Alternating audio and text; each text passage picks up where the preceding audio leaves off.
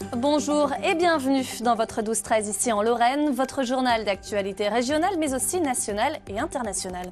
À la une de ce lundi 26 août, le millésime de la Flamme qui reprend du service avec son passager. Dans l'actualité nationale, 48 heures après l'actualité, c'est aussi le succès grandissant du tourisme fluvial en... Le millésime 2024 sera-t-il un bon cru pour les vins lorrains?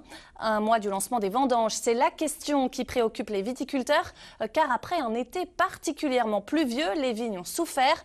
Pour en parler, on retrouve en direct avec nous Stéphane Vosgien, président de l'AOC Côte de Toul. Les vendanges devraient débuter d'ici la 3e semaine de septembre. Est-ce que vous avez déjà une idée du résultat de cette récolte ?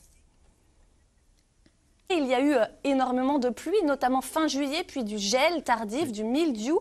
Les dégâts sont-ils importants? Ce qui a été le plus problématique finalement, c'est le gel ou c'est le mildiou une fois de plus?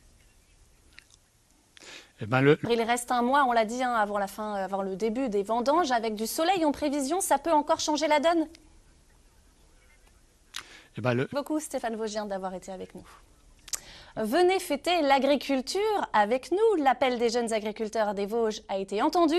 Ils organisaient une opération de promotion. Ce dimanche, la campagne s'amuse. Une parenthèse festive dans un quotidien souvent morose ces derniers mois pour la profession. À Hénécourt, Grégory Boileau et Boris Kretschmar. Ce dimanche a aussi été marqué par le passage de la Flamme qui a débuté son parcours dans l'après-midi avec un relais de 5 km en 2 boucles de 2,5 km dans la Cité des Loisirs sous les yeux de Nel Séniès et Emmanuel André. Et comme chaque semaine, place à notre format ici en France avec aujourd'hui une balade en terre lorraine sur les chemins escarpés de notre massif vosgien. Une balade entre patrimoine naturel et culinaire pour notre plus grand plaisir. Une escapade signée Anne-Sophie Pierson et Jean-Pierre Petitcola. Et place à présent à l'actualité nationale avec cette enquête qui se poursuit 48 heures après l'attaque de la synagogue de la Grande Motte. Le suspect, un Algérien de 33 ans blessé lors de son arrestation, ne s'est pas encore expliqué sur son geste. Ce matin, un policier municipal de la Grande Motte témoigne. Il était devant la synagogue lors de l'explosion. Le récit de Carla Genévrier.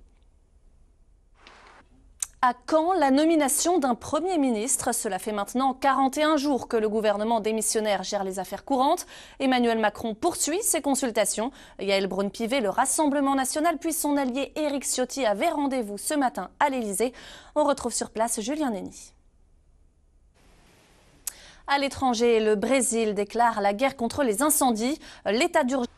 Une nouveauté dans les pharmacies, le Beyfortus, le traitement contre la bronchiolite, est disponible à partir d'aujourd'hui. Il a prouvé son efficacité sur les nourrissons l'an dernier en évitant de nombreuses hospitalisations. 600 000 doses seront disponibles, soit 2 fois plus que l'an dernier. Radija Adarezig, Victor Di Barto et Xavier Roman. Les pays du Pacifique en première ligne contre le réchauffement climatique. Les dirigeants de ces pays sont réunis aujourd'hui. Certains États, comme les Tuvalu, sont menacés de disparition face à la montée des eaux. Ils demandent aux pays pollueurs d'assumer les coûts du changement climatique. Lucie Reynaud. C'est la fin de cette édition. Merci de l'avoir suivi. Je vous retrouve ce soir pour la suite de l'actualité en Lorraine. En attendant, je vous souhaite une très belle après-midi sur France 3.